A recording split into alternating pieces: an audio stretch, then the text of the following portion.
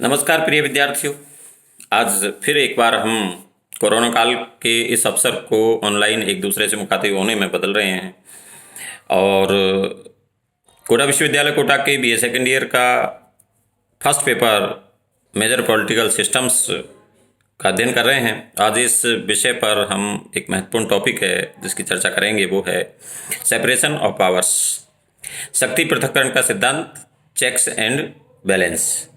विद्यार्थियों, ये बहुत महत्वपूर्ण टॉपिक है क्योंकि फ्रांस के राजनीतिक विद्वान मॉन्टेस्क्यू, जिन्होंने ब्रिटिश राज व्यवस्था का अध्ययन करते हुए शक्ति पृथक्करण का सिद्धांत दिया और अंततः सिद्धांत लागू हुआ यूएसए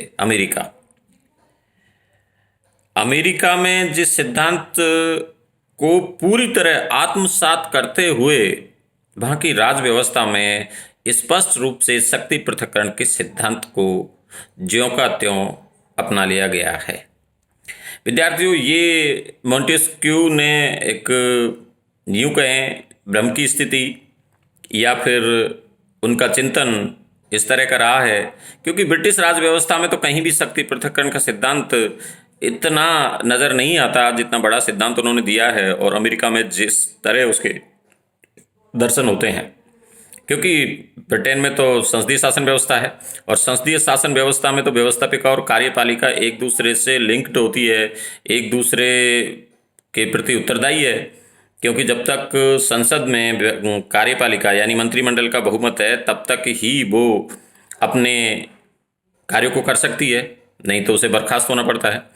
अमेरिका में इस व्यवस्था को पूरी तरह अपना लिया गया है और जब हम बात करते हैं शक्ति पृथक्करण के सिद्धांत की, तो जैसे ही इसका शाब्दिक अर्थ है मेडिसिन, मॉन्टेस्क्यू, ऐसे कई विद्वान हैं जिन्होंने शक्ति पृथक्करण के सिद्धांत का न केवल समर्थन किया बल्कि विस्तार रूप में इसे अपनाने पर जोर भी दिया है।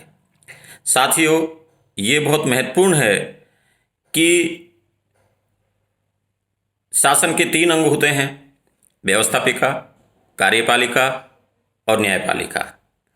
यदि शासन के तीनों अंग अपने अपने कार्यों को मुस्तैदी से करें,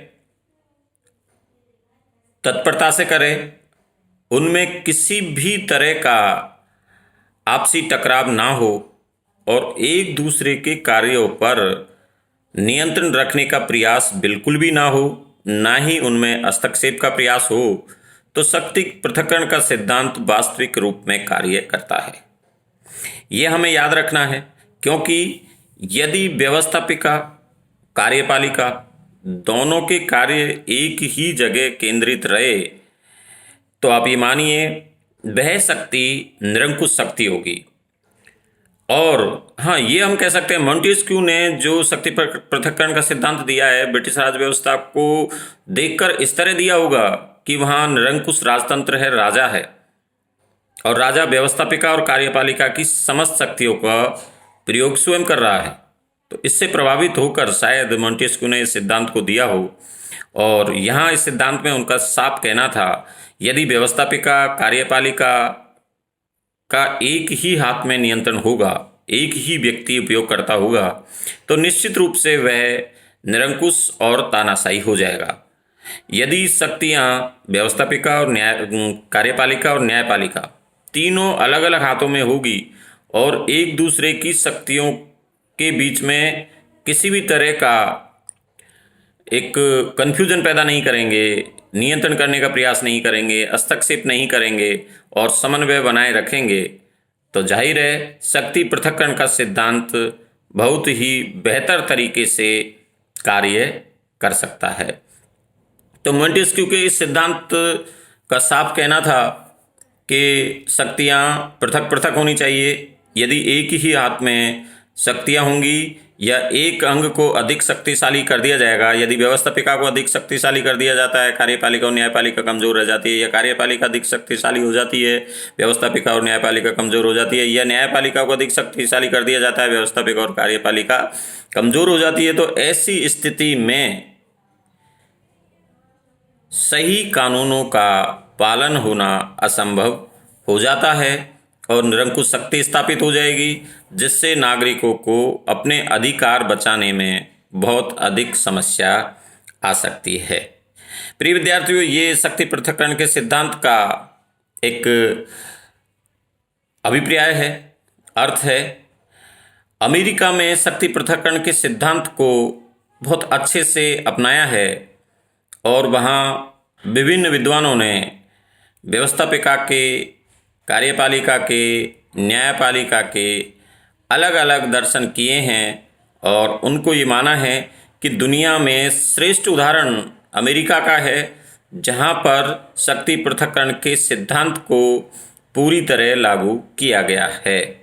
और हम देख भी सकते हैं कि वहाँ व्यवस्थापिका जो कांग्रेस है उसका जो जिम्मेदारी दी गई है वो कानून बनाने की है। वहाँ कार्यपालिका शक्ति है, उसे जिम्मेदारी दी गई है राष्ट्रपति के रूप में, वह कानूनों को लागू करता है। और उसी तरीके से न्यायपालिका की शक्ति जो है वो सर्वोच्च न्यायालय और उसके अधीन न्यायालयों को प्रदान की गई है। इसलिए अमेरिकी शासन व्यवस्था में शक्तियों का पृथक्करण स्पष्ट रूप से है, separation of powers and checks and balance. तो इन सब का वहाँ किसी भी तरह का एक दूसरे से टकराव नहीं है, बल्कि एक दूसरे की शक्तियों का सम्मान करते हैं।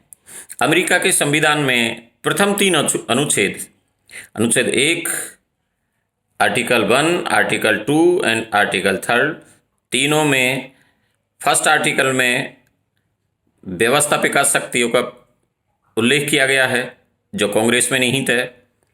सेकंड आर्टिकल में कार्यपालिका शक्तियों का उल्लेख है जो राष्ट्रपति में निहित है। और थर्ड आर्टिकल में न्यायिक शक्तियों का उल्लेख किया गया है जो सर्वोच्च न्यायालय और उसके अधीन न्यायालयों के अधीन स्थापित की गई है। और तीनों अंगों के लिए यह भी स्पष्ट निर्देश है कि वो अपने अपने अधिकार क्षेत्र में जो कार्य आते हैं उनको करेंगे। एक दूसरे के अधिकार क्षेत्र में किसी भी तरह का हस्तक्षेप नहीं करेंगे, जिससे शक्ति पृथक्करण के सिद्धांत को ठेस पहुँचे और वहाँ की न्यायपालिका, व्यवस्थापिका और कार्यपालिका अपने अपने कार्य को बखूबी निभा रहे हैं। धन्यवाद। आज इतना ही। शक्ति पृथक्करण के सिद्धांत को आगे बढ़ाएंगे नेक्स्ट वीडियो में। धन्यवाद।